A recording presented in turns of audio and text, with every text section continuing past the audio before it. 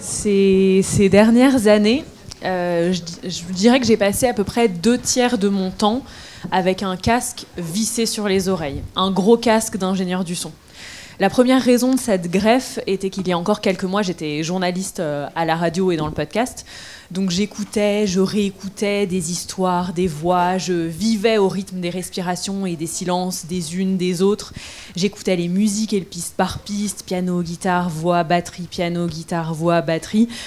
Et je tendais l'oreille pour n'oublier aucun son qui n'aurait pas eu, disons, sa place et qui ne disait pas quelque chose du fond. J'inspectais tout. Et je me rappelle en particulier un épisode, l'un des seuls épisodes que je n'ai pas pu diffuser. Et l'une des raisons est qu'il y avait trop de ce que j'appelais à l'époque des bruits parasites. Et cette fois-ci, ça n'était ni le bruit d'un frigo ou d'une chaudière, celui d'un micro mal réglé, pas non plus le bruit de klaxon ou de voisins qui auraient décidé de jouer à la marelle au-dessus de nos têtes. Non, ici dans cet épisode qui n'a pas été diffusé, c'était des bruits d'oiseaux. L'invité qui répondait à des questions par note vocale, parce qu'on était encore en période Covid, avait décidé, contre l'avis de notre longue fiche récapitulative qui indiquait tout ce qu'il n'y avait pas à faire, elle avait décidé d'enregistrer dans un jardin qui était visiblement riche en biodiversité parce que nous entendions beaucoup de sons d'oiseaux. On entendait le vent aussi contre le micro. Bref, on entendait le vivant. Et ça, à l'époque, j'y étais pas habituée. Moi qui passais mes journées à retirer tous ces sons dits parasites, moi qui me calfeutrais dans ces voix, même dehors pour me protéger des bruits de la ville et certainement à la fin par peur de l'extérieur. Mon quotidien sonore n'avait qu'un objectif, mettre sur un piédestal la voix humaine, le sacro-saint témoignage, et visiblement le reste du vivant n'y avait pas vraiment sa place, pas dans ce format tout du moins, pas pendant cette période. Bonjour à toutes et à tous. Merci d'être venus aussi nombreux et nombreuses à cette première édition de la Biennale du Vivant. Merci d'être venus aussi nombreux et nombreuses autour de cette table sur le sensible, sur les sensibilités, sur les sens. Je suis Maud Benakcha, journaliste à Libération. Et autour de moi, j'ai plusieurs invités pour parler du sensible, de leur recherche, de leur rapport au monde, de leur rapport et de notre rapport au vivant. 4 invités. Jérôme Sueur, vous êtes écoacousticien, maître de conférences, chargé de collection, chargé d'enseignement au Muséum national naturel. Vous avez publié le 5 avril dernier, qui est quand même une très belle date, c'est la date de mon anniversaire, Histoire naturelle du silence aux éditions du Seuil. Bonjour. Chez Actes Sud. Chez Actes Sud. Ah, je me suis complètement trompée. Chez Actes Sud. Dans la collection Monde Sauvage. Est-ce qu'il y a quelque chose... Peut-être parce que là, ce qui va être l'enjeu de cette table, l'un des enjeux de cette table ronde, c'est qu'autour de moi, sur mes 4 invités, les spécialisations sont globalement très différentes les unes des autres. Est-ce que vous pouvez dire en un mot ce que c'est être écoacousticien ? Même si on va affiner au fur et à mesure de la table. Ouais, mais... bien sûr. Bonjour à toutes et à tous. Donc... pour faire simple, j'enregistre des milieux naturels, typiquement des forêts, avec des systèmes automatiques. Donc on enregistre beaucoup pour essayer de suivre la biodiversité de ces milieux naturels, savoir un petit peu quel est l'état de la biodiversité, s'il y a beaucoup d'espèces, si c'est riche, comment ça évolue au cours du temps, et puis en se promenant dans cette forêt, comment cette biodiversité change. Et on va détailler tout ça pendant cette heure. Christian Lorenzi, vous êtes chercheur à l'ENSPSL et autour de cette table, vous interviendrez plus spécifiquement en tant que psychologue de la perception. Comme Jérôme Sueur, en un mot, est-ce que vous pouvez expliquer ce qu'est être psychoacousticien, psychologue de la perception ? Oui. La psychoacoustique étudie la manière dont vous et moi, avec notre oreille, avec notre cerveau auditif, nous percevons les sons de ce monde. Et depuis plus d'un siècle, cette discipline s'est structurée et nous a apporté beaucoup de connaissances qui sont aujourd'hui dans vos téléphones, dans vos ordinateurs, etc. Ces connaissances sont surtout concentrées sur ce que nous faisons le plus au quotidien, écouter de la parole, écouter de la musique. De facto, on ne sait que très peu de choses sur la manière dont notre oreille, notre cerveau auditif, perçoit des environnements naturels. Et on s'est effectivement, avec Jérôme, depuis quelques années, engagé dans un programme de recherche collaboratif entre écologues et psychologues pour apprendre par quel mécanisme notre cerveau nous permet de savoir quelque chose de ce monde naturel et particulièrement de sa composante biologique. Et on en parlera pendant cette table. Aliénor Bertrand, vous êtes philosophe, chercheuse et enseignante-chercheuse au CNRS et à l'ENS Lyon. Bonjour. Bonjour. Est-ce que vous avez quelque chose à ajouter sur cette présentation peut-être ? Peut-être seulement que j'ai été d'abord spécialiste de Condillac, philosophe, grand penseur des sensations, auteur d'un traité des sensations et aussi réputé ami des bêtes, puisqu'il a défendu contre Buffon l'idée que les animaux avaient un langage et une âme, une culture, etc. Voilà. Pareil, on en parlera. Pauline Marchetti, vous êtes architecte dans l'agence Ferrier-Marchetti Studio et vous êtes également enseignante à l'École des Arts Décoratifs. Bonjour. Est-ce que sur la présentation, il manque des éléments ? Ou vous voulez ajouter des éléments plutôt ? Non, c'est très bien présenté. Merci d'être autour de cette table. Christian Lorenzi, je parlais dans mon introduction des sons qu'on n'entend pas ou qu'on ne veut pas entendre. Dans votre travail actuellement, vous vous posez une question qui semble a priori basique. Est-ce qu'avec nos cerveaux, nous pouvons percevoir différents habitats ? Qu'est-ce que ça signifie et pourquoi est-ce que vous êtes posé cette question et elle n'avait jamais été posée cette question ? Oui, c'est une question totalement élémentaire. Est-ce que nous pouvons, avec juste nos oreilles, faire la différence entre une forêt tropicale, une forêt tempérée, une savane, un désert, enfin tous ces habitats dans lesquels nos ancêtres ont habité ou dans lesquels nous habitons encore ? Et ces habitats, et ça c'est au contact de Jérôme que je l'ai appris, bon, c'est une évidence, mais acoustiquement varient en fonction de la saison, en fonction du moment de la journée, et ces sons, ces paysages sonores naturels, comme Jérôme les caractériserait, sont hautement structurés acoustiquement. C'est pas du bruit, c'est pas aléatoire, ils sont structurés par des processus écologiques et particulièrement par les rythmes entre guillemets de vocalisation, pour faire simple, de certaines espèces. Vous avez un très très beau chorus matinal, vous le savez, un très beau chorus également au crépuscule, et ces bouffées d'activité acoustique liées à l'activité vivante, l'activité du vivant, organise temporellement le paysage sonore naturel à échelle de la journée, mais également de la saison. Et puis, on n'a pas les mêmes choses selon qu'on est dans un environnement ouvert, comme une savane, ou un environnement fermé, comme une forêt tropicale.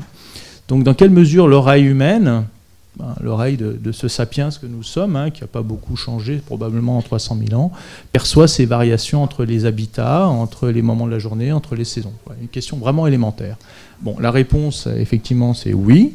Donc, grâce à la collaboration qu'on a engagée avec Jérôme il y a 3 ans, il y a une très très belle base de paysages sonores enregistrés à travers toute la planète et des expériences menées dans les cabines ici de l'école normale. Oui, est-ce que vous pouvez peut-être détailler en fait comment est-ce que vous travaillez, quelle est votre méthodologie ? Alors, Jérôme nous a apporté la patte acoustique, c'est-à-dire ces bases de données acoustiques massives enregistrées dans toutes ces régions terrestres, forêt tropicale, forêt boréale, forêt tempérée, le Haut-Jura dans lequel Jérôme travaille, etc. À partir de cette base massive, on a extrait des sons qu'on a présentés aux oreilles de personnes, comme vous et moi, dans nos cabines, et ces personnes devaient dire si les sons étaient identiques ou différents, donc discriminer ces sons. À partir de là, on peut mesurer des performances, on peut quantifier justement la performance de votre système auditif dans des expériences qui mesurent soit votre sensibilité à des différences de lieu, d'habitat, des différences de moments de la journée. Par exemple, est-ce que vous pensez être capable, avec vos oreilles, de faire la différence entre l'aube et le crépuscule dans une forêt ? Vous êtes allé en forêt, levez la main si vous pensez vraiment être capable de le faire, quoi.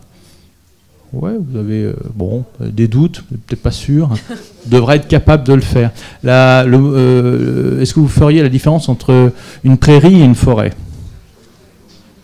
Un peu plus. Entre le printemps et l'automne. Voilà, vous avez une certaine métacognition, une certaine connaissance de vos propres capacités. Alors dans la réalité, si on vous demandait vraiment de nommer, par exemple, le moment de la journée, vous seriez totalement au hasard. En fait, vous êtes incapable d'étiqueter ça. Mais quand on mesure vos capacités de discrimination auditive, de dire si c'est identique ou différent, là, vous êtes très très bon. Et ce qui est aussi original, c'est que vous êtes tous très homogènes. Certains ont vécu probablement entre 4 murs dans une ville, et d'autres ont grandi à la campagne. Et pour le moment, on ne voit pas de différence entre toutes ces expositions. Alors, il faudrait bien sûr mener l'expérience avec d'autres populations qui ont été beaucoup plus exposées, mais il semblerait qu'il y ait quelque chose de vestigial et d'universel en nous. Oui, on est sensible à la différence entre une prairie et une forêt. Oui, on est sensible à la différence entre l'aube et le crépuscule. Oui, on est sensible à la différence entre printemps, été, automne. Et cette sensibilité acoustique ou auditive, elle s'établit, entre autres, par des rythmes que les espèces vivantes infusent au paysage sonore naturel, comme ces chorus de vocalisation à des moments donnés, etc.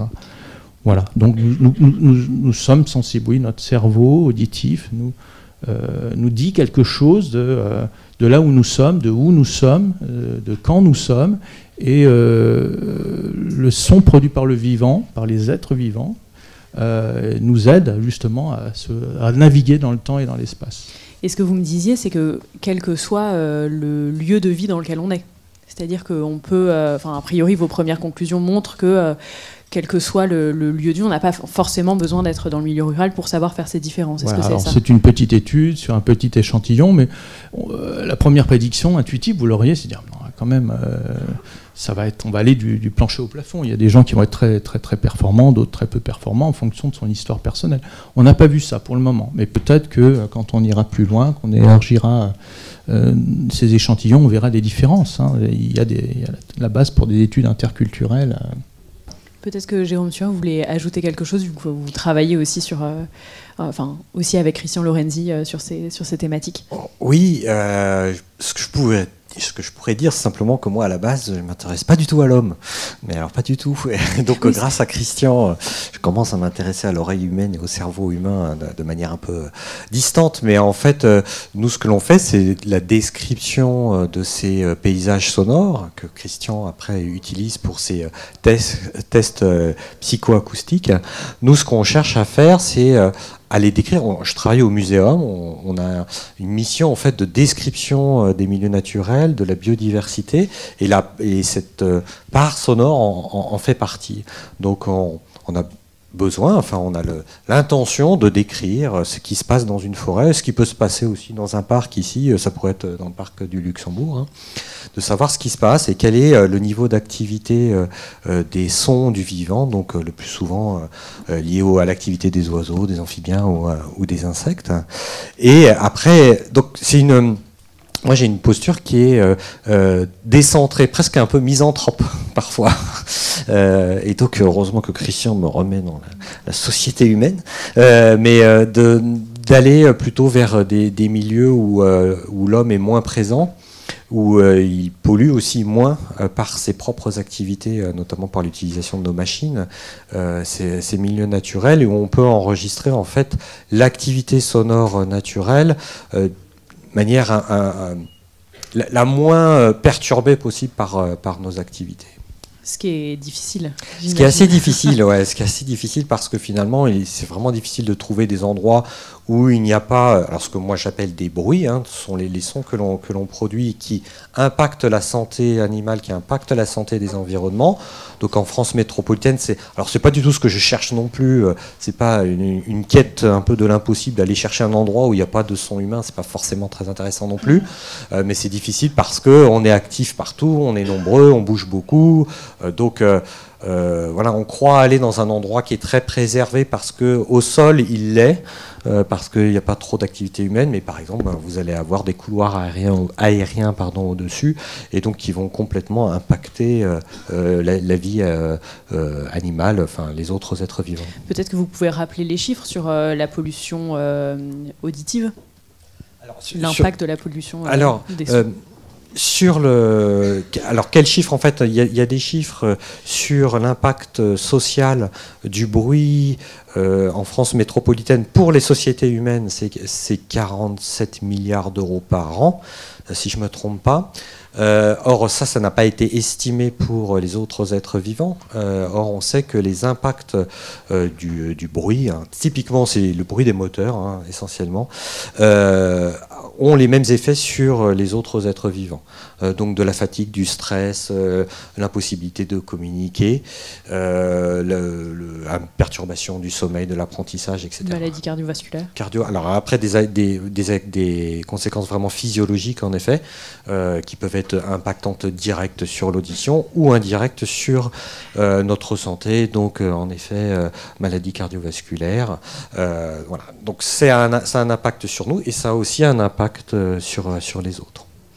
Pauline Marchetti, dans votre travail d'architecte, justement, vous êtes partie, vous allez nuancer ce que je dis, mais vous êtes partie justement des sens, en parlant de la ville sensuelle, sensorielle, pour bâtir, réhabiliter. Est-ce que vous pouvez parler de cette vision de la ville sensuelle ?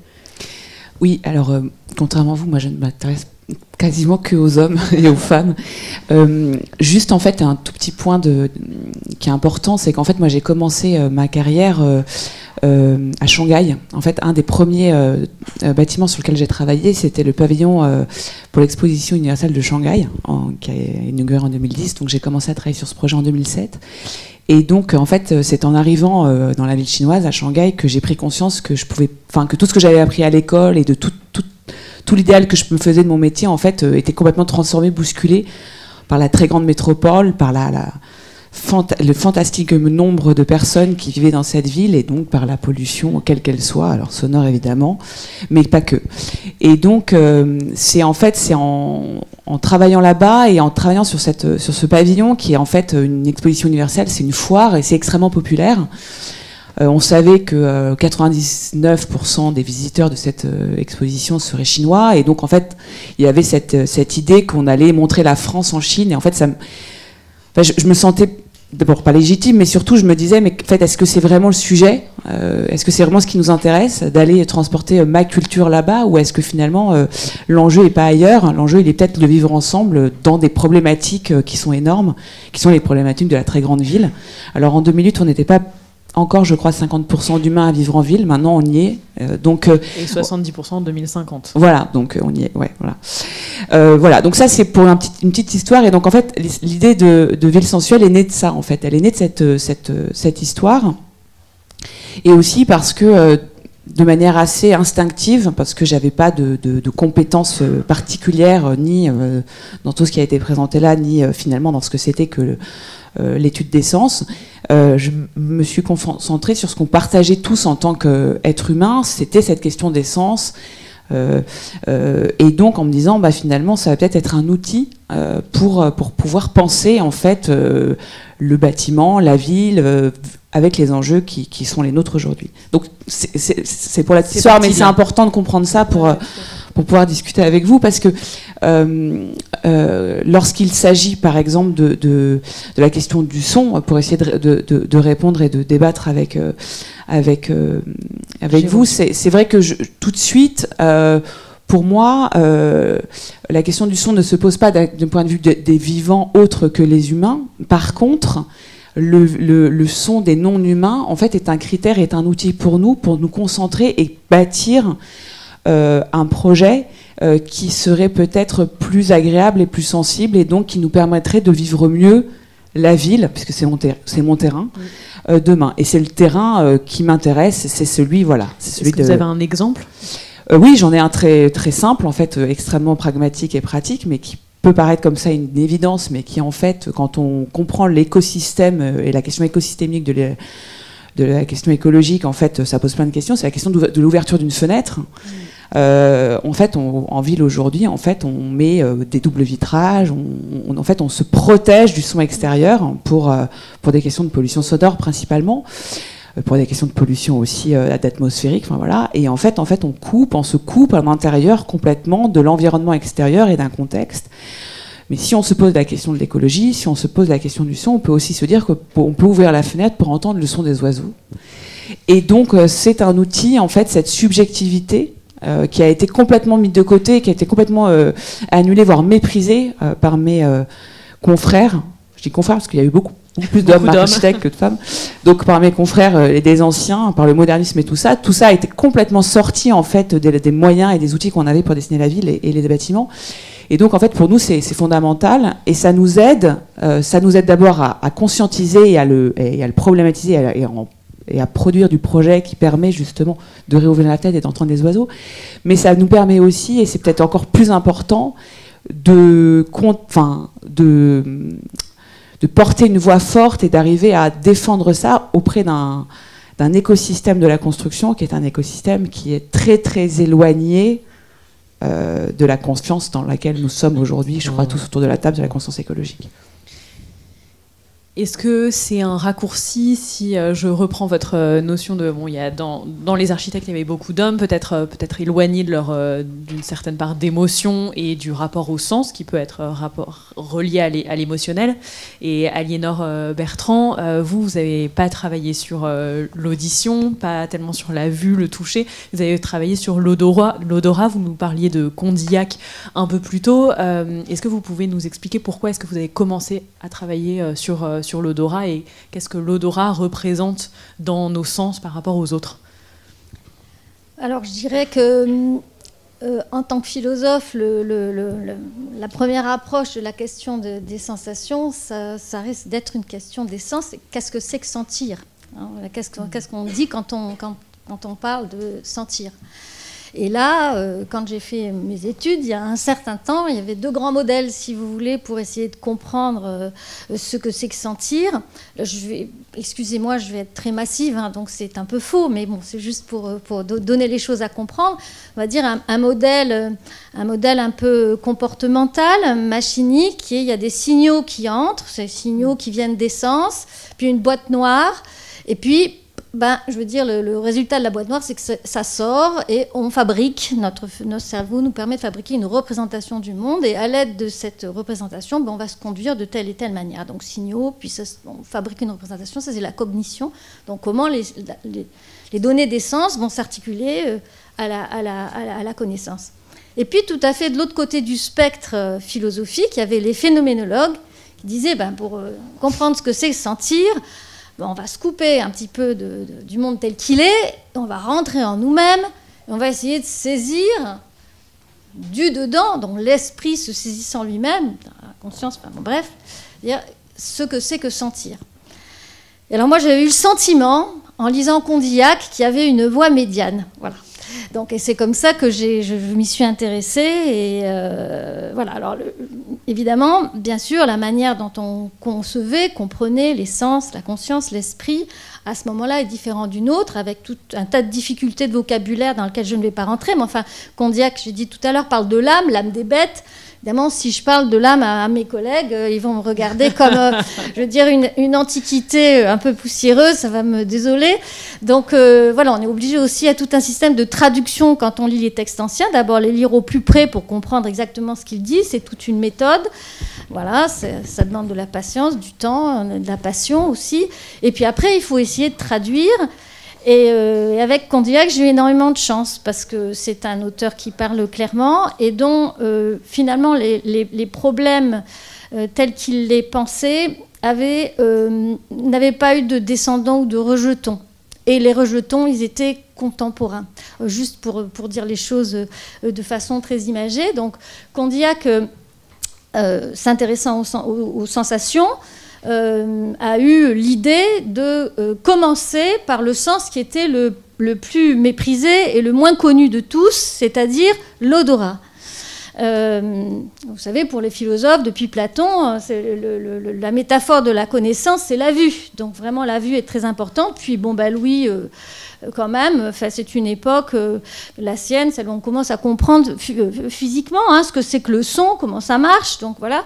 Et puis l'odorat, rien du tout. Or, ce qu'il a essayé de montrer, si vous voulez, c'est que l'odorat, à lui tout seul, permet donne déjà un certain type de connaissance, c'est-à-dire que il a inventé une fiction, enfin ça c'est les méthodes des philosophes du XVIIIe siècle, peu d'expérimentation, donc on fabrique une hypothèse fictive, et son hypothèse était celle d'une statue organisée comme nous, mais qui ne disposerait pas de ses sens, et le philosophe, dans l'expérience fictive, ouvre les sens un par un, et donc dans cette hypothèse de la statue, Condillac propose d'ouvrir d'abord le sens de l'odorat. Et donc le philosophe tend à la statue, pour que ce soit comme un peu poétique, une rose. Et la statue commence d'être d'odeur de rose, dit Condillac. Il dit surtout pas c'est une statue qui sent une rose, qui serait l'indice d'une connaissance du monde, d'une connaissance de la sensation, de ce à quoi se rapporte la sensation, mais simplement l'odeur, la statue est d'odeur de rose. Et à partir de cette odeur de rose, donc on va faire varier du jasmin, de la violette, etc. Et la statue, dit-il, tout de suite, juge, compare, a de la mémoire.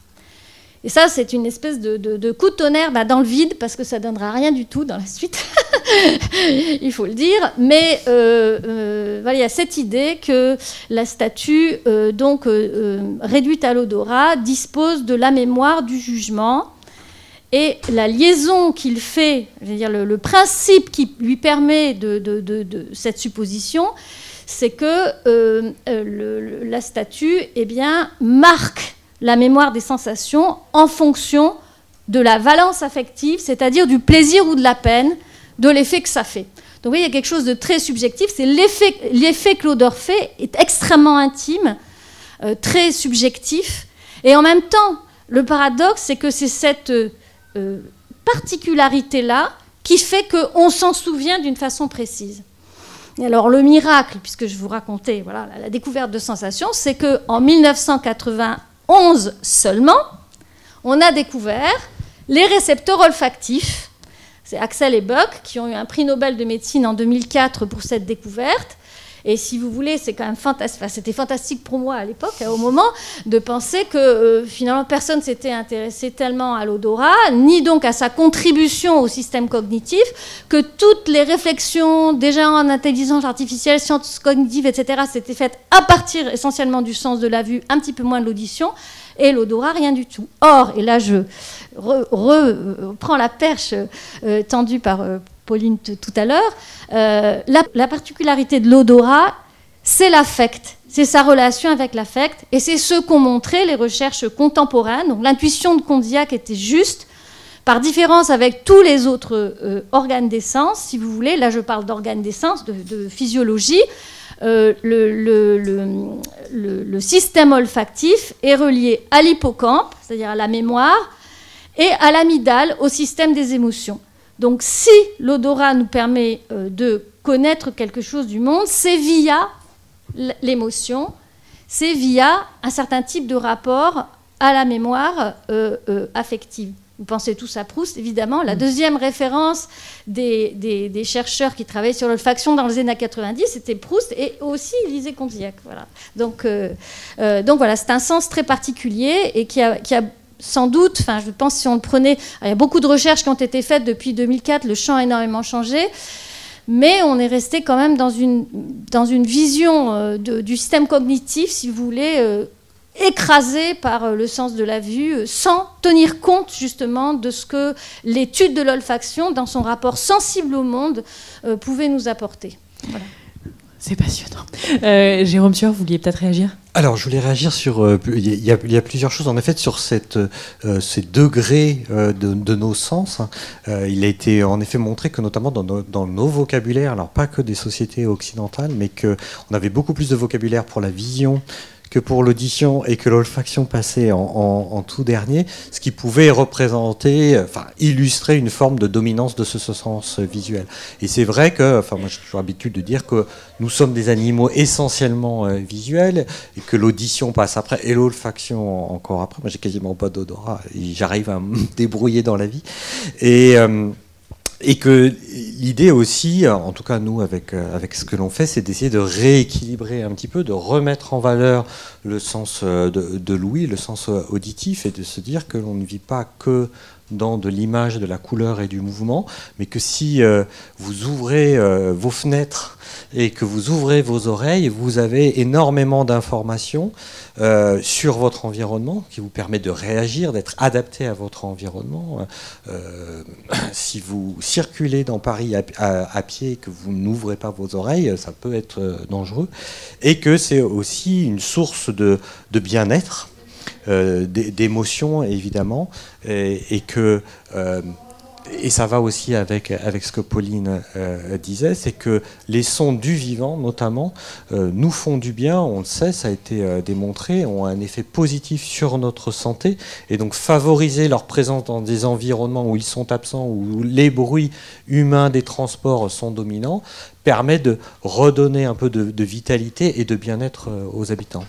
Est-ce que concrètement, Pauline, vous avez d'autres exemples de liens entre le travail sur les sens pour permettre la construction ou la réhabilitation d'habitats qui soient plus durables ?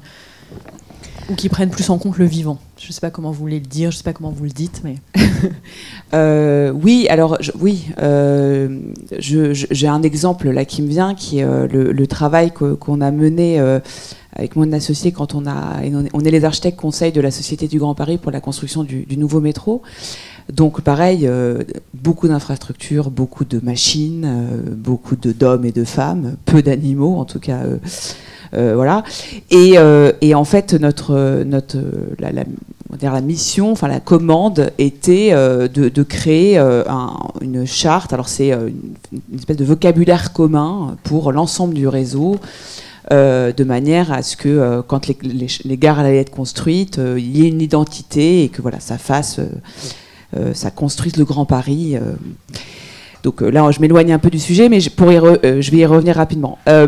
Et si vous voulez, en fait, nous, on a pris cette question-là en se disant, finalement, la question qui nous est posée, c'est pas de savoir si le métro va bien marcher ou va pas bien marcher. En fait, ça, on va dire que c'est pas notre sujet. Et puis, on a des ingénieurs suffisamment performants pour être sûr que, du point de vue de la fonction et de la performance, ça va être OK. Par contre, tout le reste risque d'être pas pris en compte, et tout le reste, c'est le bien-être des hommes, des femmes, mais aussi d'un écosystème, même en ville, et principalement en ville d'ailleurs. Et puis c'est aussi, et c'est un des sujets sur lesquels je travaille beaucoup, l'idée du quotidien, l'idée de quelque chose qui en fait a aussi été beaucoup méprisé dans ma discipline, c'est-à-dire voilà le quotidien des gens, pas ce qui fait rêver, mais ce qui est comme ça un petit peu mis de côté parce que pas fantastique, flamboyant, etc. Or en fait c'est la condition en fait humaine de chacun qui en fait comment dire, liées les unes aux autres font en fait notre univers, font notre milieu, font notre environnement et en fait conditionne notre avenir. Donc c'était fondamental. Et dans le déplacement au quotidien, parce que c'est finalement peut-être la population qui nous a le plus intéressé, on s'est posé la question de l'enfouissement, puisque toutes ces gares sont donc enterrées. Et on a rencontré, on s'est posé la question donc de quelles émotions et quelles sensations en fait les gens au quotidien allaient vivre dans ces gares, et comment on allait pouvoir finalement amenuiser comment dire, la détresse peut-être que c'est de quotidien, de descendre sous terre, de prendre une machine et de remonter. Et c'est là où le son a été fondamental, la question sonore a été fondamentale, la question olfactive aussi, on ne sait pas, mais par exemple c'est un des premiers, alors c'est le premier ou le deuxième en fonction des études, ça remonte dans le métro parisien, la RATP, c'est la première source de désagrément, c'est l'odeur par exemple. Donc c'était c'est une question fondamentale. Et puis un sens qu'on conçoit pas bien, mais qui est un peu le sens de l'équilibre, en fait, comment on vit bien le fait d'être sous terre, de pas en relation avec son milieu, avec le cycle circadien, avec la saison, il fait nuit à 5h, etc. Quand je l'ai travaillé, je prends mon métro pour aller bosser, je rentre, en fait, en plein hiver, je n'ai vu que la nuit, donc qu'est-ce que ça implique, en fait? Tout ça, c'est des questions qui nous ont énormément intéressés, sur lesquelles on s'est énormément penché pour écrire ces chartes, et j'ai un exemple, alors on sort peut-être un tout petit peu des sens premiers, hein, mais c'est la question donc de la conscience de l'espace et de l'équilibre en fait, de trouver son chemin. Et pour nous, c'était fondamental, parce que trouver son chemin de manière instinctive, sans avoir besoin de trouver des signes en permanence. C'est-à-dire de reprendre le contrôle en fait de son corps et dans l'espace. Ça nous paraissait être une condition de bien-être en fait dans la ville. Et qui permet aussi peut-être, pardon je vous coupe, mais peut-être parce que le métro parisien c'est très international et donc peut-être aussi d'avoir une manière de se déplacer qui ne soit pas que liée à une compréhension du français ou de notre manière de charter les panneaux de signalisation. Pour faire ce travail, on a rencontré donc des éco-acousticiens, on a rencontré des designers sonores avec lesquels on a travaillé sur les sons des machines pour essayer justement de préfigurer en fait un environnement sonore pacifié. On a travaillé évidemment sur l'odeur, on s'est même posé la question de comment masquer l'odeur, par exemple du liquide de freinage des rames de métro. C'est toutes ces questions-là qu'on a essayé. Et il y a un exemple qui me vient, qui est donc cette question de l'équilibre. Et après, je laisserai la parole parce que j'ai l'impression d'être très long, mais c'est fondamental. On a rencontré des ingénieurs donc d'EDF qui nous ont expliqué comment en fait ils essayaient de préfigurer, de figurer pour comment dire, les techniciens qui allaient réparer les centrales nucléaires, de retrouver leur chemin dans les réacteurs, qui en fait sont donc des cylindres épais. Et en fait, pour trouver la fuite ou la panne, il faut trouver son chemin dans un cylindre épais. Donc en fait, tout votre univers, tout ce qu'on connaît nous, le plan, la coupe, tout ce qui nous permet d'avancer et de tout d'un coup, la tridimension est beaucoup plus complexe. Et donc en fait, ils se posaient, donc ils ont fait des recherches très intéressantes là-dessus. Et j'ai découvert à cette occasion-là que, en fait, en fonction des cultures et des lieux et donc des villes, on n'avait pas du tout la même façon de se représenter l'espace et donc d'avancer. En fait, ça conditionne, par exemple, mon travail aujourd'hui. C'est-à-dire, je sais très bien que, je l'ai vécu en Chine, par exemple, que, en fait, quand vous allez d'un point A à un point B en Chine, vous n'avez pas une carte et vous suivez pas un chemin que vous visualisez. Donc, le sens de la vue n'est absolument pas concerné. Enfin, ce n'est pas le sujet. C'est en fait la conscience de l'emboîtement, et donc vous allez d'un endroit à un autre pour vous amener à l'endroit final. Donc, en fait, c'est pas du tout le chemin le plus court. C'est en fait la mémoire des lieux, ce que ça vous a appris, ce que vous avez appris. Un chauffeur de taxi, par exemple, il va vous emmener d'un point A à un point B toujours de la même manière, en fonction du point A et du point B, parce qu'en fait, il sait ce chemin-là, il n'en prendra pas un autre, parce que sa mémoire et la façon avec laquelle il se préfigure l'espace correspond à sa culture. Et donc toutes ces choses-là, en fait, ça nous permet au quotidien de sortir de la pure fiction de la fonction dans la construction du bâtiment et de la ville, mais d'essayer justement de prendre de la hauteur et de penser en permanence que ce qu'on fait aujourd'hui a un impact bien plus important que l'immédiateté du sens de la vue. Et donc là, je recoupe avec ce que vous avez dit, parce que dans mon métier, le sens de la vue est fondamental. On a tout basé sur la vue. D'ailleurs, les élus nous demandent en permanence de nous dire à quoi va ressembler un projet. Et c'est comme ça. Et puis voilà. Et en fait, l'espace et l'architecture, c'est tout, sauf une expérience visuelle. C'est une expérience sensorielle, c'est une expérience de son, c'est une expérience d'espace, c'est une expérience d'odeur, en fonction des matières que vous y mettez. Et donc, d'ombre, de lumière, voilà. Donc c'est évidemment par l'essence et par le par corps. l'essence et par le corps que ça passe. Et justement sur les conséquences, notamment sonores, Jérôme Sueur, est-ce que vous pourriez parler de l'expérience que vous avez lancée il y a à peu près 5 ans et qui durera encore 10 ans, ce qui est assez rare aujourd'hui des expériences aussi longues dans le Jura et en Guyane sur le cadre sonore? Oui, on suit des forêts. Donc une forêt dans le Haut-Jura, à la frontière avec la Suisse. Pour ceux qui connaissent, c'est vers les Rousses. Et donc l'objectif est de suivre le paysage sonore de cette forêt sur le long terme, donc sur 15 ans, ce qui est en effet un petit défi scientifique parce que c'est difficile de faire des projets de recherche au-delà de 2-3 ans. Les financements sont sur 2-3 ans, donc là on est sur 15 ans. Et donc on veut voir comment le paysage sonore de cette forêt évolue, notamment en fonction des usages de cette forêt, qui va dans cette forêt, comment elle est utilisée, comment le trafic aussi autour de cette forêt évolue, peut-être comment l'habitat va évoluer, les constructions vont évoluer autour de cette forêt, et notamment aussi en fonction des changements globaux, du changement climatique. Donc on est en train d'enregistrer, on commence à décrire ce paysage sonore, on n'a pas encore assez d'années en fait d'observation pour voir quelle est la tendance, mais c'est cet objectif. Donc là, on a commencé sur une première forêt, et cette année, on va essayer d'élargir notre expérience. On doit enregistrer une centaine de forêts protégées sur toute la France métropolitaine pour essayer, de la même manière, d'avoir des indicateurs acoustiques sur l'état en fait de ces forêts, mais à une large échelle spatiale. Il y a quelque chose qui m'intéresse aussi, à la fois dans votre parcours Jérôme Sueur et à la fois dans votre parcours Christian Lorenzi, c'est le fait que j'ai l'impression que vous vous retrouvez à un point qui n'était pas celui du départ. C'est-à-dire que vous étiez vraiment sur l'analyse des sons des animaux. Christian Lorenzi, vous étiez vraiment sur l'analyse de comment est-ce qu'on comprend le langage de quelqu'un dans un brouhaha global. Et j'ai l'impression que vous vous retrouvez à un endroit et assez récemment finalement, et ça me questionne, ce récent éco-acousticien, vous me disiez que ça existait depuis une dizaine d'années. Qu'est-ce qui fait qu'aujourd'hui vous vous retrouvez à cet endroit tous les deux alors que le point de départ était assez éloigné?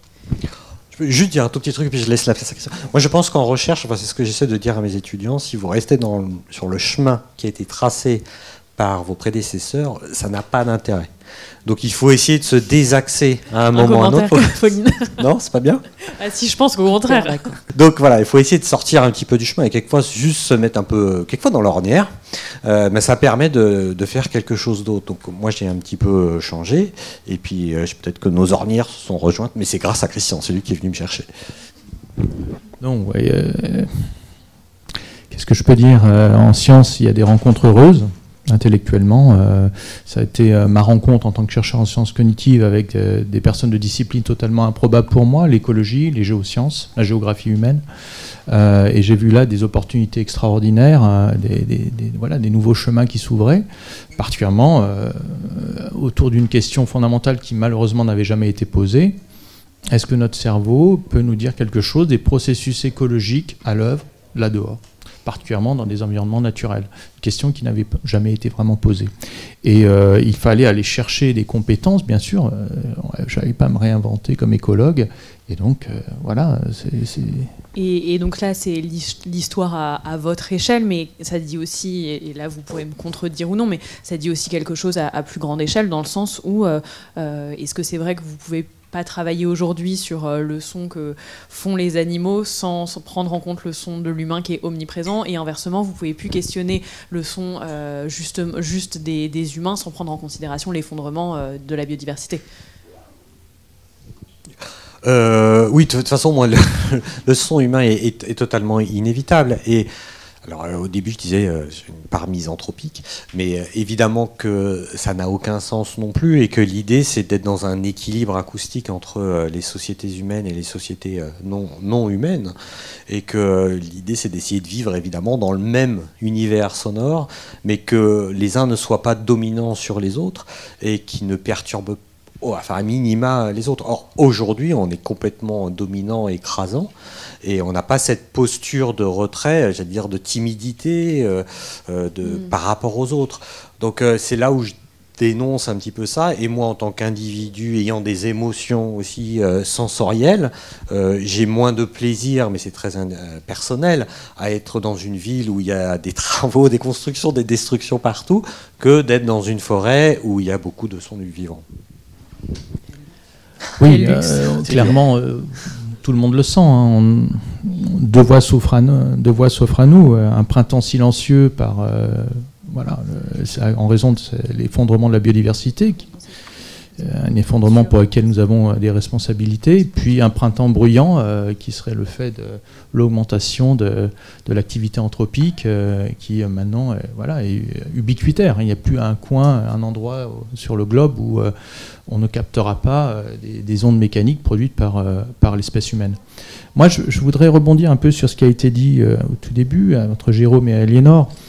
Toutes les modalités sensorielles, visuelles, auditives, olfactives, haptiques, etc., donnent lieu à deux formes d'analyse. Une analyse qui nous donne de l'information sur ce qui est là dehors. Par exemple, mon audition me permet de dire quelle est la hauteur, le volume sonore, le timbre des sons. Puis il y a une deuxième analyse, plus rapide, automatique, globale, qui, elle, est de nature émotionnelle et qui engage les mêmes structures que celles qui ont été pointées par ma collègue, dans laquelle la modalité olfactive. Et ce n'est que très récemment, par des expériences d'IRM, etc., qu'on a montré qu'effectivement des paysages sonores engagent ces deux analyses simultanément.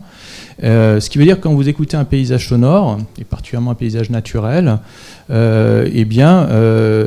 régions tout à fait connues pour être impliquées dans la réponse émotionnelle, rapide, automatique, globale, s'enflamment, entre guillemets. Ça, c'est à raccrocher de quelque chose que Jérôme a pointé, à savoir ces effets de ressourcement que vous connaissez vous-même, hein, le bien-être que ça vous procure que d'aller dans un parc, dans une zone rurale, dans un espace vert, un espace bleu. Et ces effets de ressourcement, il faut les prendre au sérieux, parce qu'on peut vraiment les caractériser, les objectiver d'un point de vue scientifique. Et des études menées par des écoacousticiens, en tout cas, ont montré que l'amplitude de ces effets de ressourcement, ce bien-être, est lié à la biodiversité de l'habitat. C'est-à-dire plus l'habitat est biodiverse, et plus il semblerait que ces effets de ressourcement s'accroissent. Ce qui veut dire qu'on en tire une conclusion tout de suite, c'est que nous entendons la biodiversité, nous entendons des variations de biodiversité. On peut faire la différence entre un habitat pauvre et un habitat riche du point de vue biologique. Ce qu'on a essayé effectivement de tester dans nos cabines ici à l'école normale, et effectivement oui, vos oreilles, votre cerveau auditif vous permet de faire la différence entre des chorus animaux de 1, 2, 3, 4, 5 N espèces, 1, 2, 3, 4, 5 N individus. Donc nous avons cette capacité à faire la différence entre un habitat pauvre et un habitat riche du point de vue biologique, et il semblerait que ça donne lieu aussi à une réponse émotionnelle graduée. Et cette réponse émotionnelle, il nous faut aujourd'hui la prendre en compte. Il nous faut la prendre en compte parce que effectivement on risque fort d'être amené à vivre dans des environnements de moins en moins biodivers, donc de plus en plus stressants et donc entre guillemets déprimants. Donc, je rajouterai à ça un autre faisceau de résultats qui n'a pas été obtenu dans notre laboratoire, qui montre si on peut ignorer des sons mécaniques, on ne peut pas ignorer des sons biologiques. Votre cerveau fait un traitement prioritaire des sons biologiques. Ils ont une importance tout à fait particulière et vous ne pouvez pas les ignorer. Donc ça, ce sont des éléments qui montrent à quel point le vivant compte pour notre cerveau, pour notre cerveau auditif. J'ai pris cet exemple-là, mais on pourrait en prendre d'autres modalités. Il compte, il est important. Votre cerveau dédie des ressources neuronales pour traiter le vivant dans sa présence, présent-absent, mais aussi dans sa variété. Et il met tout en œuvre, à la fois d'un point de vue analytique, qu'est-ce que c'est, où est-ce que c'est, quand c'est, mais aussi d'un point de vue émotionnel. Et cette réponse émotionnelle, c'est probablement un héritage voilà, de ce que nous avons été par le passé, des chasseurs-pêcheurs-cueilleurs peut-être, qui devaient dire est-ce que je reste ou est-ce que je pars? Est-ce que c'est un bon habitat pour moi ou un mauvais habitat pour moi? Et pour faire ce diagnostic multisensoriel, pas uniquement auditif, olfactif, tactile, etc., eh bien, il vaut mieux aller vite. Parce que quand un habitat est mauvais, il vaut mieux décamper. Et puis s'il est bon, on va s'y installer peut-être pour la nuit. Ces comportements de sélection d'habitat ne sont pas proprement humains, ils sont partagés par de nombreuses espèces, ont été bien documentés. Donc cette réponse émotionnelle, c'est peut-être ce qui nous reste, un vestige de ces mécanismes automatiques d'analyse rapide, automatique du lieu pour dire voilà, je reste ou je pars. Donc voilà. Je trouve que la transition est toute faite pour vous, Aliénor Bertrand. Je vous laisse y aller parce que je crois que les portes sont ouvertes pour que vous puissiez... Oui, alors c'est un petit continuer l'histoire de Condillac finalement. Oui, la même proposition que tout à l'heure, c'est de regarder un petit peu en arrière dans l'histoire de la philosophie et l'histoire de la pensée et voir si finalement, peut-être qu'en arrière, il n'y aurait pas aussi un certain nombre de réflexions qui seraient susceptibles de nous mener bien plus loin en avant que ce que nous sommes. Alors, je voudrais revenir quand même à l'intitulé de notre grande réunion, de la biennale, c'est « Nous, le vivant ». Et en dessous, notre propre table ronde sensible, avec le moins point d'interrogation. Alors, je ne sais pas si c'était intentionnel, mais vous voyez, derrière cette espèce de réveil dont il était question ce matin, réveillons-nous, où en sommes-nous dans notre rapport aux vivants, nous les vivants, et nous sensibles. Et il y a une question qui court. La question, c'est finalement, le sensible, est-ce que ce ne serait pas ce qui nous lie? Mais alors, peut-être justement parce qu'il nous lie en tant que nous avons un certain type de représentation des cartes dont on parlait tout à l'heure, d'espèces de cartes mentales qui nous permettent d'objectiver les choses et de dire il y a ici une ville divisée en quartiers, ou alors il y a ici, tiens, là-bas, loge des Loriots, et puis par ici des cigales. Non, pas du tout. Des liens qui soient des liens affectifs. Et si vous voulez, la grande leçon de Condillac, mais bon, c'est pas pour rien, il a travaillé sur ce sens de l'olfaction. Donc, comme je vous disais tout à l'heure, en montrant qu'il nous donnait la mémoire et la connaissance particulière des choses, si on pousse un petit peu, qu'est-ce que ça veut dire? Ça veut dire que, vous voyez, les sens humains, ils ne les pensent pas comme ceux d'un être face à un environnement qu'il aurait en face de lui et qu'il devrait décoder, mais comme un système de relations. C'est-à-dire que les sensations, l'olfaction nous le montre, elles nous mettent directement en lien ou en relation avec des actions, avec d'autres éléments naturels qui provoquent en nous un certain type d'affect Et ces affects marquent la mémoire, et ce marquage de la mémoire, si vous voulez, il est élémentaire dans le lien qu'on entretient avec le vivant. Ça, c'est élémentaire, c'est ce que vous disiez, je veux dire peut-être quelque chose comme archaïque. L'olfaction, c'est le plus ancien sens aussi sur le plan évolutif. Mais si donc Condillac est allé jusqu'à l'olfaction, c'est parce qu'il avait une proposition plus générale. Et la proposition plus générale, sa question, c'était d'où vient le langage humain. Bon, qu'est-ce que nous partageons avec les autres animaux du point de vue du langage? Et sa proposition, si vous voulez, c'était que le langage humain est né d'un langage d'action. Le langage d'action étant partagé par tous les animaux. Donc, vous voyez qu'on réduit, nous le vivant, à nous les animaux, et on obtient une espèce de, si vous voulez, de possibilité de circulation entre tous les animaux, qui est la capacité de sentir. Mais attention, pas la capacité de sentir un certain nombre de choses objectives qui pourraient être séparées les unes des autres, mais non, la capacité de sentir, c'est-à-dire d'interpréter les actions des autres et d'interagir avec eux. Les autres étant entendus au sens très large, c'est-à-dire aussi celui des autres animaux, mais même, je veux dire, bon, ça on peut discuter, mais enfin bref, je veux dire, des non-humains aussi. Donc, vous voyez, il y a cette idée que finalement, alors c'est une idée qui était propre à Condillac, tout à fait contestée par les naturalistes du temps, Buffon qui considère que les animaux sont des machines, langage animal, ça n'a aucun sens, etc. Et moi, j'ai été très amusée de voir ces dernières années naître une nouvelle science, la zoosémiologie, hein, qui tente, par le biais de l'analyse des signes que les animaux échangent les uns avec les autres, qui sont des signes évidemment, je veux dire, liés aux actions, aux gestes, aux cris, et donc au système sensoriel, hein, je veux dire, qui va commander ces actions, je veux dire, de voir que, je veux dire, bah, écoute, cette intuition de Condillac avait un rejeton tout à fait contemporain, qui était donc essayer de comprendre de quoi était faite la communication animale par ces analyses biosémantiques. Mais vous voyez que même dans la biosémantique, il y a l'idée qu'on va comprendre la façon dont les animaux communiquent les uns avec les autres, et on va s'appuyer sur toutes sortes de choses, mais pas, on ne se pose pas la question de savoir si nous pouvons communiquer avec eux, comment nous pouvons, alors je dirais même pas communiquer, mais être en lien avec eux.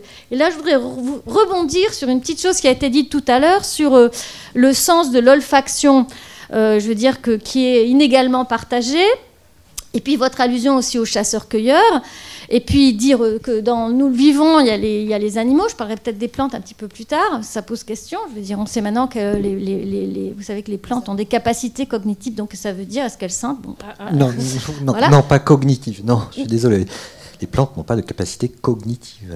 Elles n'ont pas de système nerveux central ni périphérique. Ce n'est pas cognitif. Oui, alors on pourra discuter tout à l'heure justement de... Non, mais elles sont capables d'apprendre. Vous savez, sur les expériences de Monica Gagliano sur Mimosa pudica, donc elles sont capables d'apprentissage.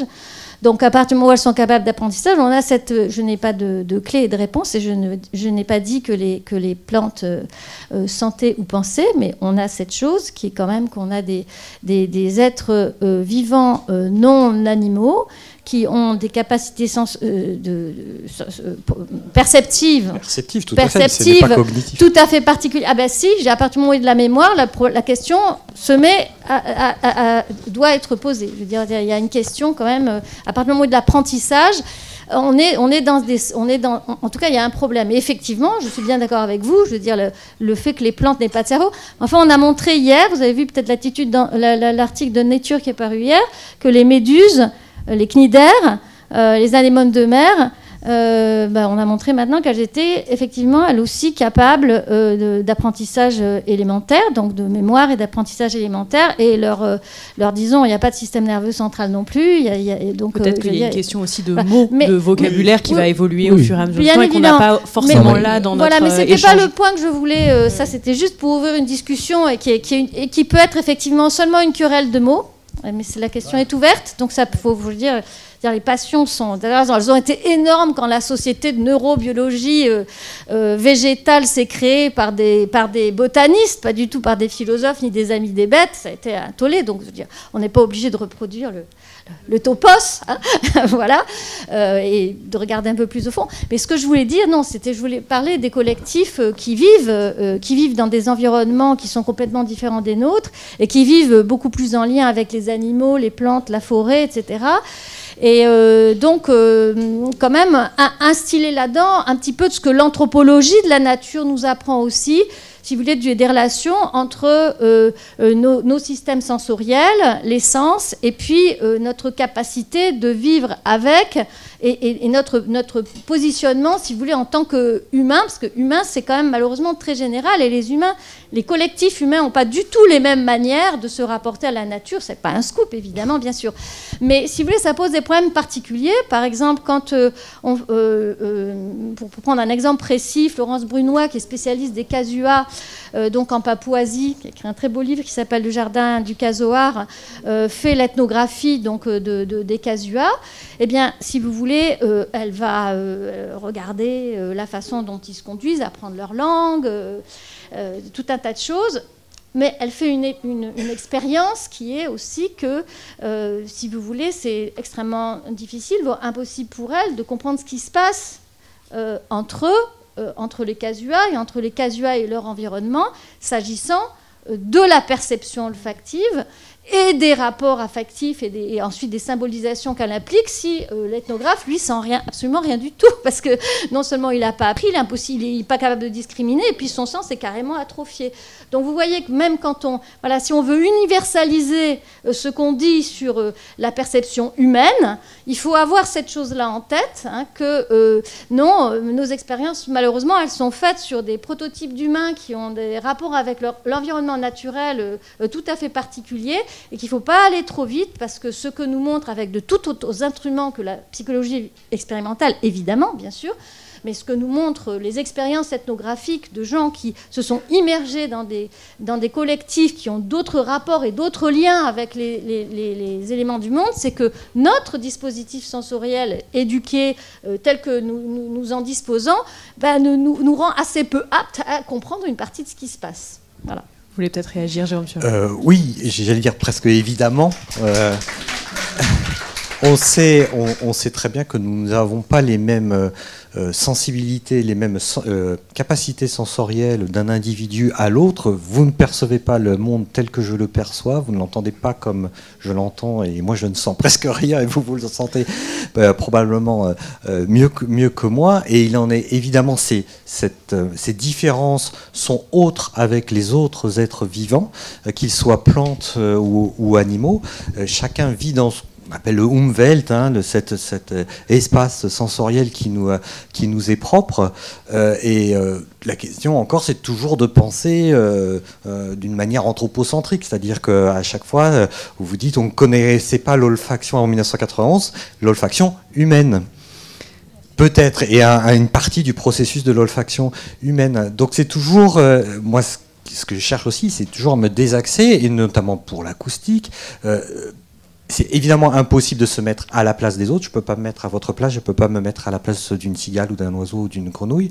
Mais de se dire que ces autres êtres vivants vivent aussi dans un autre espace sonore et qu'ils ont leur place dans l'espace sonore collectif que l'on doit partager. Et donc oui, on est tous différents et on perçoit tous l'environnement de manière différente, que ce soit par l'olfaction ou l'acoustique ou le toucher. Rapidement, après on passera aux questions du public. Non, peut-être élargir, c'est-à-dire l'écologie de tradition s'intéresse aux interactions entre l'organisme et l'environnement, et jusqu'à peu, elle s'était concentrée essentiellement sur les échanges de matière et d'énergie entre l'organisme et l'environnement. Et depuis quelques années, dizaines d'années, l'écologie s'est étendue en considérant également les échanges d'informations. Donc effectivement, une plante échange de l'information avec son environnement de proximité, comme vous et moi échangeons de l'information acoustique quand on parle entre nous.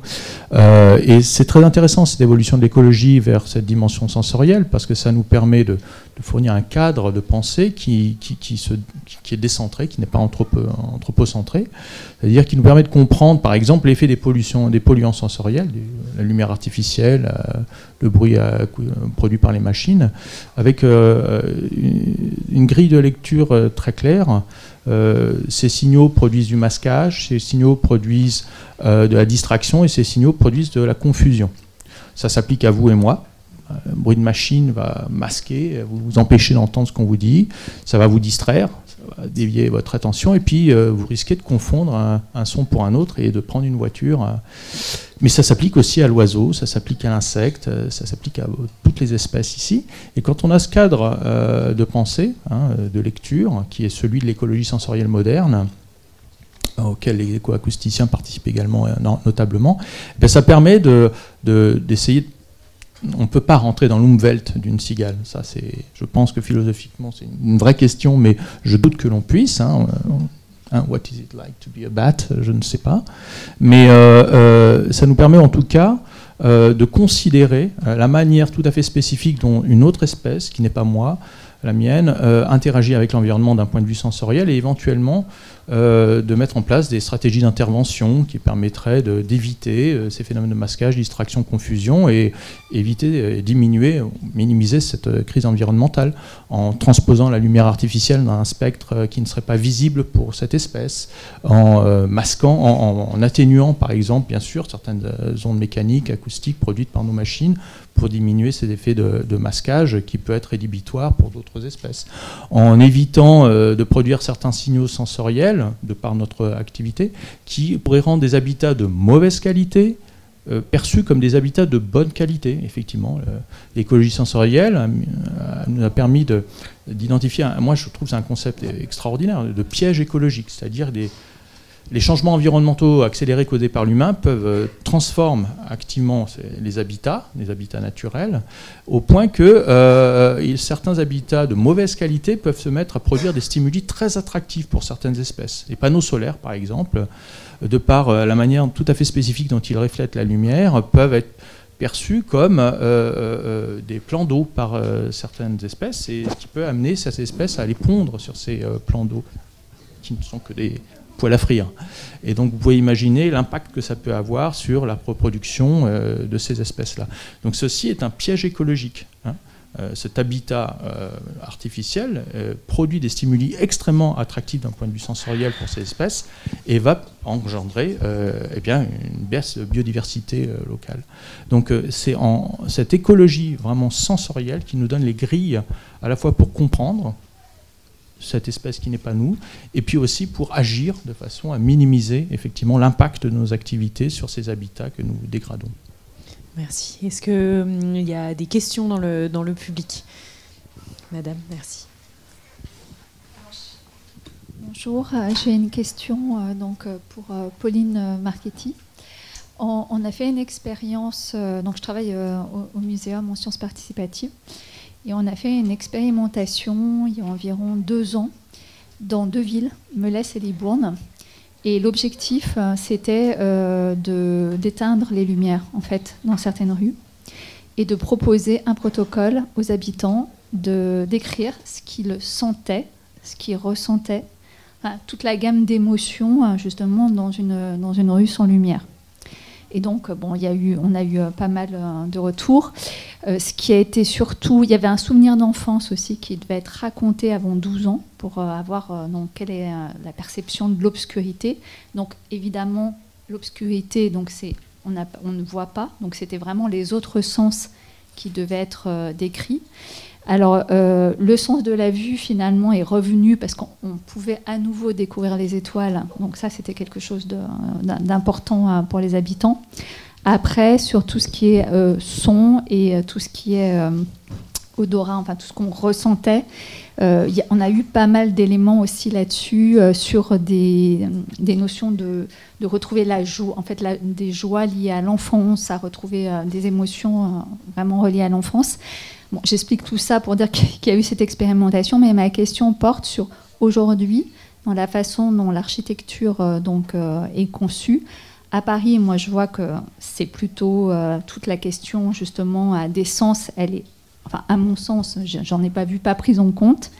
Et donc, j'aimerais en savoir plus, justement, comment vous voyez ça, justement, cette notion des sens dans l'architecture aujourd'hui, par exemple, à Paris ou ailleurs, d'ailleurs.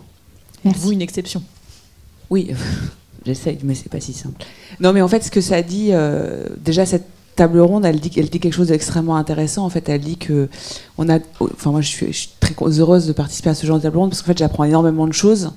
Alors, je suis une profane complète. Donc, parmi tout ce que vous avez dit, je pense que je vais en intégrer une petite partie, mais les petites parties que je vais intégrer, forcément, elle va influencer mon travail, et je préfère être influencée par ça, par la question sensorielle et par les effets que produisent effectivement et les relations en fait du vivant et tout ce que ça produit comme connaissance, plutôt que par effectivement la performance technique, scientifique, enfin d'un point de vue plutôt ingénierie, etc. Ce qui quand même dans la construction aujourd'hui est un peu la clé, puisque je dis quelques chiffres comme ça, mais c'est quand même extrêmement important de les prendre en compte, parce qu'en fait, on ne peut pas faire ce que je fais, c'est-à-dire être dans l'action, sans être un peu schizophrénique, en essayant de prendre en compte tout ça, et en même temps en ayant conscience qu'aujourd'hui, en France, on manque cruellement de logements, qu'il y a des gens qui vivent dans la rue, voilà, et que donc tout ce que je disais, c'est un luxe de pouvoir aller dans les forêts, mais c'était pas une façon, c'était une façon de dire aussi, voilà, en fait, toute cette schizophrénie dans laquelle on est, nous, quand on est dans l'action, c'est compliqué, en fait, de la mettre de côté et d'agir quand même. Et moi, c'est ce que j'aime dans ce que je fais, c'est ce que j'aime dans ce que je transmets à l'école, cette idée qu'il faut agir, il faut être dans l'action, et en essayant de prendre un maximum à prise en compte de choses qui sont peut-être beaucoup moins rationnelles que émotionnelles, que le sensible, en fait. Alors moi, j'appelle ça le sensuel, parce qu'en plus, il y a une part de mythe un peu comme ça qu'on met dans le mot de la sensualité, que moi j'adore, parce qu'en fait, ça nous permet, en plus d'être dans la poésie, enfin voilà, dans des choses qui me plaisent, hein, ça rappelle encore plus d'imaginaire, mais voilà, c'est des outils qu'on a méprisés pendant très longtemps et qui méritent en fait d'être pris en compte pour solutionner les problèmes. Et juste pour répondre à votre question, vous parlez de cette expérience. Moi, tout de suite, ce qui me vient en tête, c'est les femmes. Comment elles se sont senties en sécurité dans ces rues la nuit. Parce que ces choses-là sont fondamentales, et en fait, moi, c'est la première chose qu'on va m'opposer. Donc, c'est la première question en fait, sur laquelle on a été confronté, justement, la question de l'insécurité. Et donc, alors, on a travaillé avec les collectivités pour justement, et avec la police y compris, pour savoir est-ce que la nuit, il y a plus d'insécurité que le jour. Et en fait, non. Tous les vols, ça a lieu le jour et pas la nuit, justement. Donc, ça a été déconstruit aussi, je dirais, tout ce rapport-là. Alors après, c'était des petites villes, hein, Melesse et Libourne, donc bon. Oui, mais ce qui est intéressant, c'était pas Paris. Alors, mais en tout cas, cette question de la sécurité, finalement, elle ne s'est pas posée. C'est-à-dire que les gens ont vraiment joué le jeu, y compris des femmes. Et c'est pas quelque chose qui est ressorti dans la description, en tout cas, de l'expérimentation. Parce que l'expérimentation a eu lieu, mais si vous placez du point de vue de ce qu'on est en train de se dire, des émotions, des sensations, de la mémoire, et que l'expérimentation n'a pas eu lieu, quand vous laissez une femme c'est la peur. Oui, et c'est là où en fait on en arrive à l'irrationnel, et en fait tout ce qu'on se raconte est fondamental, parce que c'est ce qui nous conditionne. Et pour transformer ça, quand on est dans l'action, on produit des choses, et en fait, on n'a pas le droit à l'erreur. Enfin, moi, c'est ça qui me passionne dans les discussions que je peux avoir avec la science, les scientifiques et même les sciences en général. C'est qu'à un moment donné, dans la méthodologie, dans la recherche, on peut se tromper, on peut revenir, on avance en se trompant. Quand on est dans l'action, l'erreur, elle a des conséquences qui sont phénoménales. Donc, comment on fait pour se tromper le moins possible? Et donc, tous les outils sont bons, et d'où pour moi la subjectivité, et donc ce genre d'éléments qui c'est des chercheurs en sciences sociales qui avaient posé la question justement sur le souvenir d'enfance. Juste pour dire, après je rends le micro, mais ce qui est apparu aussi, c'est qu'en fait notre rapport à l'insécurité, enfin en tout cas notre rapport à l'obscurité est dépendant de notre rapport d'enfant à l'obscurité. Donc, si on a un rapport enfant à l'obscurité de peur, adulte, on va avoir le même rapport. Et d'une autre façon. Si on a un rapport différent, ça sera un rapport différent. Donc ça a permis d'éclairer aussi pour chaque personne, de se dire, bon, voilà, mon rapport d'enfant à l'obscurité, c'est de la peur, mais je vais essayer de rationaliser et je vais quand même faire l'expérimentation. Et je vais quand même y aller et je vais passer un peu par-dessus ma peur pour pouvoir voir si je peux faire ce protocole. Aliénor Bertrand. Oui, non, c'était juste une toute petite réaction. Je vais pas sur quand on est dans l'action, on ne peut pas se tromper ou on ne se trompe pas. Alors ça m'a fait sursauter un peu parce que je me disais, oui, enfin finalement, depuis les années 90, même 70, les grandes premières alertes sur la destruction de l'environnement, le printemps silencieux et puis le changement climatique, collectivement, on est tous dans l'action et on se trompe absolument complètement. Donc, je crois que le fait de se tromper dans l'action, si vous voulez, c'est justement quelque chose qui devrait, je veux dire, nous obliger, je veux dire, à nous arrêter un peu, à nous demander pourquoi on se trompe dans l'action et surtout pourquoi on se trompe dans l'action collectivement. Donc là, il y a une question qu'on n'a peut-être pas abordée, mais j'imagine que, voilà, je veux dire, les questions vont venir dans la salle de ce côté-là, c'est dire, nous, le vivant, on a parlé du sensible, mais collectivement, je veux dire, comment est-ce qu'on peut transformer cette relation qu'on a aux entités non humaines du monde, et comment est-ce qu'on peut les transformer, je veux dire, effectivement, quel rôle la sensibilité peut-elle jouer et quelles en sont aussi les limites. Voilà. Donc, Bon, en fait, c'était quasiment ma question. Mais, je me disais bien, ça allait venir. Je me demandais, voilà, vu qu'on pense des sens et de l'acoustique et aussi de l'olfactif, on est dans un moment où on a toutes les données scientifiques pour se rendre compte qu'il va y avoir, qu'on est déjà en fait dans une catastrophe écologique et qu'il faut absolument prendre soin de la biodiversité. Et donc par rapport à ça, est-ce que vous pensez qu'il est impératif justement d'utiliser cette sensibilité dont vous parliez, qui est universelle, par rapport à notre empathie vis-à-vis de notre environnement et du milieu naturel ? Le cadre de l'écologie sensorielle, je me répète un peu, je pense, permet à la fois de comprendre beaucoup mieux comment l'activité humaine dégrade les écosystèmes et donc affecte la biodiversité, par ses effets de masquage, distraction, confusion. Ça permet de se mettre entre guillemets à la place d'une cigale ou à la place d'un oiseau et de comprendre pourquoi telle partie de la lumière artificielle ou tel son produit par une machine va avoir un impact sur sa vie et qui n'est pas un impact de même nature que celui que moi je ressens. Parce que je n'habite pas le même Umwelt. Voilà. Ça, c'est un point. Et puis, ça propose des stratégies d'intervention extrêmement efficaces. Ça peut amener, effectivement, à modifier les activités humaines et, de fait, tous ces polluants sensoriels qui les accompagnent, de façon à peut-être minimiser ces effets de masquage, distraction, confusion sur telle ou telle espèce dans un habitat de proximité et donc favoriser la biodiversité localement. Donc, transposer à nouveau le spectre visible de la lumière, pour qu'elle reste visible pour nous peut-être la nuit, mais invisible peut-être pour certains oiseaux, et éviter que ces oiseaux migrateurs ne meurent de par ces énormes puits de lumière que l'on crée la nuit et qui affectent leur migration. Donc voilà, l'écologie sensorielle, je pense, ouvre la voie de cette réconciliation, en tout cas, entre l'humain et le monde vivant, et ouvre aussi une praxis, enfin des applications concrètes qui devraient permettre d'éviter de produire des pièges écologiques à tour de bras. Voilà, j'ai cité les panneaux solaires, mais il y en a bien d'autres.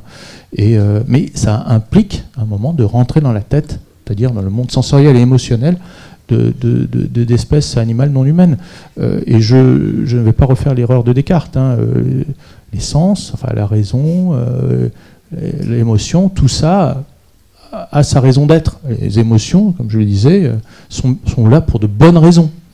Parce que ça nous permet de faire cette analyse globale, holistique, rapide, automatique, qui nous permet de dire hey, ça va pas. Et c'est ce que Carson a dit, hein. Printemps silencieux.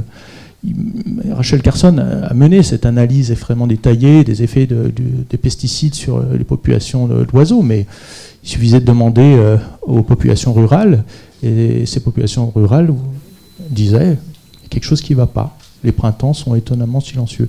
Ce système auditif dont ils sont équipés les avait déjà alertés de la crise de la biodiversité avant que des écologues se mettent à détailler, quantifier le nombre d'espèces.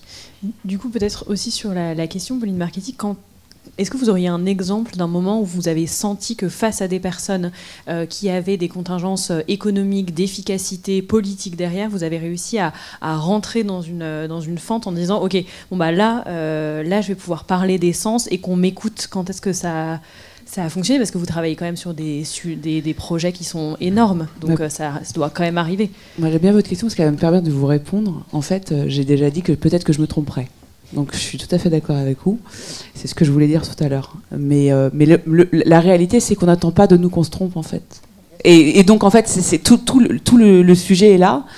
Et quand moi je dis à, je sais pas, un élu, un promoteur, enfin je sais pas qui, un client, que ça vaut le coup d'essayer parce qu'en fait on n'a jamais essayé ça et qu'en fait on sait qu'on a toutes ces problématiques là à régler. Alors vu que c'est écosystémique, c'est vertigineux, mais en tout cas voilà, j'aime beaucoup l'idée des panneaux solaires parce que moi je suis convaincue que les panneaux solaires n'est pas une solution, mais maintenant j'utiliserai votre anecdote pour convaincre sur un projet sur lequel on va m'imposer de mettre des panneaux solaires pour avoir le bon nombre de pourcentage de production d'énergie renouvelable, parce que ce n'est que ça, hein. Moi je n'ai que des chiffres et des règles à gérer au quotidien, donc cette idée-là, elle va peut-être m'aider, enfin cette expérience-là. Non, mais plus précisément, c'est ça, c'est en essayant justement d'engager en fait les gens qui sont autour de la table dans la même démarche que la nôtre, c'est-à-dire en fait, on est au pied du mur, on est dans l'action, donc on ne peut pas s'arrêter. Moi, je me suis posé personnellement la question, et je me la pose beaucoup avec les étudiants. C'est fascinant parce que quand on enseigne aux arts décoratifs, qu'on est architecte, on n'est pas toujours, on est un peu challengé quand même. Bah ouais, mais c'est vrai, et moi j'aime ça, je trouve que ça m'apporte énormément, mais voilà, et donc quand on est autour d'une table, on challenge un peu toute cette collectivité de gens qui sont autour de la table et qui sont là pour effectivement construire quelque chose, donc être à rebours de ce que vous dites, de s'arrêter, de prendre le temps, voilà, on n'est pas dans cette action, n'est pas dans ce sens-là, donc comment on fait pour en même temps écouter toute cette réalité et essayer d'y répondre, mais en même temps, voilà, je parlais tout à l'heure de la pénurie de logement, du fait que 50% de la population mondiale vit en ville, et en fait, on ne sait pas comment protéger cette planète si on met tout ce monde hors de la ville, en fait. Voilà, c'est toute cette schizophrénie qui est votre quotidien. Qui est le quotidien. Enfin, donc, quotidien, voilà. Votre quotidien. Alors, on n'a plus beaucoup de temps, mais je crois qu'il y a une question qu'on va prendre, et ce sera la dernière. Ma question concerne l'audition. Ça a deux volets. Est-ce que déjà on est capable de pouvoir s'adapter avec des sons artificiels qui nous permettraient de nous reconnecter avec l'environnement? En ce sens où, moi, disons, je viens du Cameroun, et en Afrique, généralement, la nuit, quand bien même tu n'es pas dehors, tu parviens à savoir parce qu'il y a des grillons qui chantent et tout, et même le matin et tout. Et quand je suis arrivé ici, ça fait à peu près 1 mois, j'étais vraiment étonné de ne pas me rendre compte que la nuit arrivait, parce que j'étais dans ma chambre, je travaillais, je me rendais compte déjà qu'il se faisait très tard, et je n'avais pas cette perception-là de comment le temps évolue. Bon, je me dis, est-ce que, disons comme ça, si dans des écoles et tout, des endroits, on produisait peut-être des sons artificiels qui rappelleraient... Il y a des disques. Allez, vous êtes bon pour une thèse à l'école normale. Hein. Comment certains bruits, voilà, pour savoir comment, voilà, des bruits de forêt, ainsi de suite. Est-ce que est-ce que ça ne permettrait pas peut-être de nous rendre compte de ce que la perception du temps est beaucoup mieux lorsqu'il y a ces sons, et peut-être ça nous permettrait de nous sensibiliser par rapport au fait que ces sons sont importants pour nous. Et deuxième aspect, puisque on tend vers l'urbanisation et tout, est-ce qu'on est capable de s'adapter à l'absence de son? Déjà, j'avais vu une expérience qu'on avait fait en physique dans une chambre anéchoïque où on avait mis une personne, je crois qu'on avait donné un défi de tenir un certain temps, je crois peut-être 1 heure de temps. Et apparemment, personne n'a pu. Et on tend vers ça, mais est-ce qu'on pourra donc finalement s'adapter à l'absence du son? Merci beaucoup pour vos questions. Il y a plein de choses intéressantes. Oui, il y a plein de choses et je suis très contente que vous posiez la question parce que sur le silence, je voulais absolument en parler. Ouais. Et on n'a pas eu le temps. Je me permets de répondre d'abord sur la première expérience en fait de vie et puis de délocalisation. Vous avez grandi certainement dans un environnement sonore qui est le vôtre et qui n'est pas le nôtre, et donc là vous êtes délocalisé dans un autre environnement et vous êtes un peu perdu parce que vous n'avez plus vos repères sonores comme on peut avoir nos repères visuels ou olfactifs. Donc là, malheureusement, il n'y a pas grand-chose à faire, à part, il y a des disques, certainement des ambiances sonores du Cameroun où vous pourrez retrouver vos grillons et vos grenouilles, j'imagine, aussi du Cameroun. Ça me rend triste pour vous. Sincèrement, mais je pense que oui, parce que c'est une Madeleine proustienne sonore, et que si on vous enlève les sons, ça vous enlève des émotions, une mémoire. Et c'est le risque aujourd'hui, c'est de cet ensilencement aussi, c'est que, moi j'étais très sensible aux cigales, si on m'enlève les cigales, si j'entends plus les cigales dans le sud de la France, voilà, ça sera une perte culturelle, ça sera une perte naturelle. Et voilà, on va malheureusement vers une perte des sons. Alors vous, c'est assez brusque parce que vous changez d'environnement. Et alors sur le silence, ce silence en effet que vous avez dans des chambres anéchoïques qui est très désagréable parce que, je crois que c'est parce que vous perdez complètement, vous n'avez plus aucun stimulé autour de vous, et donc vous avez une perte finalement presque d'équilibre qui peut être acoustique là dans ce cas-là, et il y a un peu le fait de ne plus exister, presque, il n'y a plus d'écho non plus. C'est-à-dire que si vous bougez, il n'y a même plus l'écho de votre mouvement. Donc ça vous disparaissez un petit peu acoustiquement. Donc c'est très perturbant. Et vous savez que c'est aussi très perturbant pour les autres êtres vivants.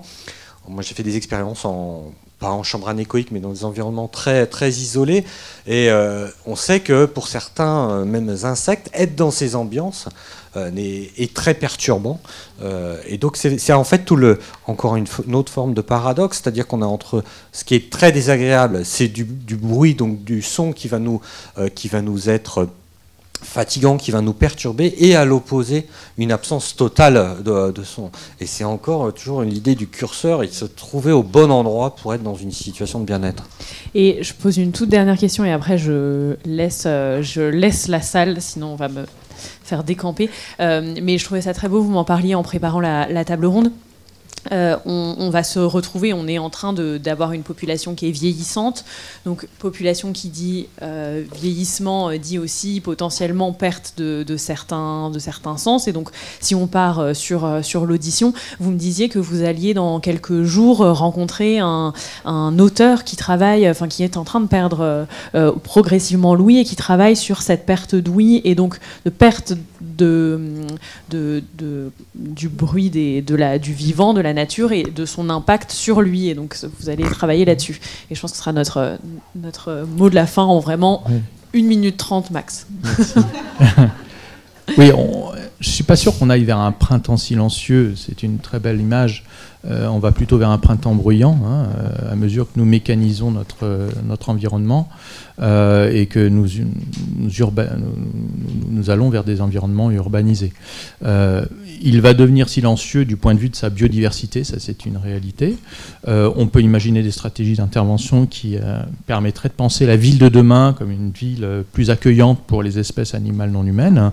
Il y a des efforts et des réflexions menées dans ce sens-là.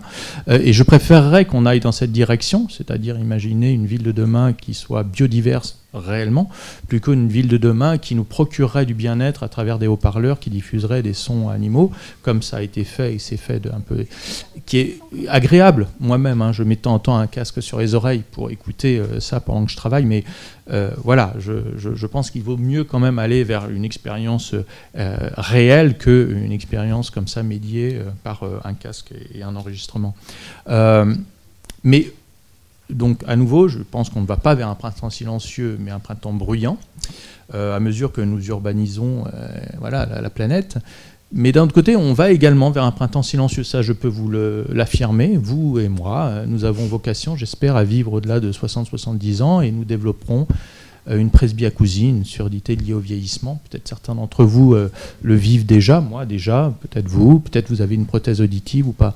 Ce qui veut dire que vous n'allez pas non seulement perdre la capacité à communiquer avec vos pairs, ce qui est la plainte initiale pour laquelle on va consulter un médecin ORL en disant voilà, je me fais engueuler tous les jours parce que je confonds ce qu'on me raconte, etc.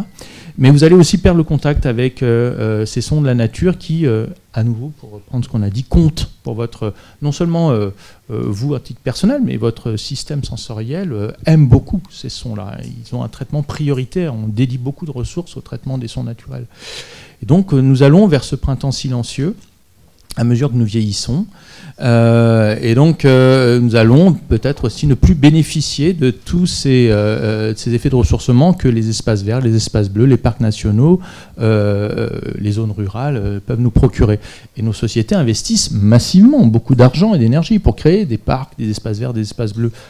Il faut se poser la question du pourquoi. Vous-même, vous investissez beaucoup d'argent pour aller probablement en vacances ou même tous les jours, vous exposer à ces paysages naturels. Bien, malheureusement, la biologie fait que nous allons perdre ce contact à mesure que nous vieillissons. Et il va falloir essayer peut-être un peu de comprendre ce qui se passe parce qu'il n'y a quasiment aucune connaissance scientifique en la matière. Et c'est là que je rends hommage à la littérature et aux écrivains, car ce sont souvent les scientifiques de la première heure, ceux qui sont capables d'un coup, par des intuitions ou des observations fulgurantes, de dire mais attention, il se passe quelque chose, et les scientifiques arrivent généralement après la cavalerie.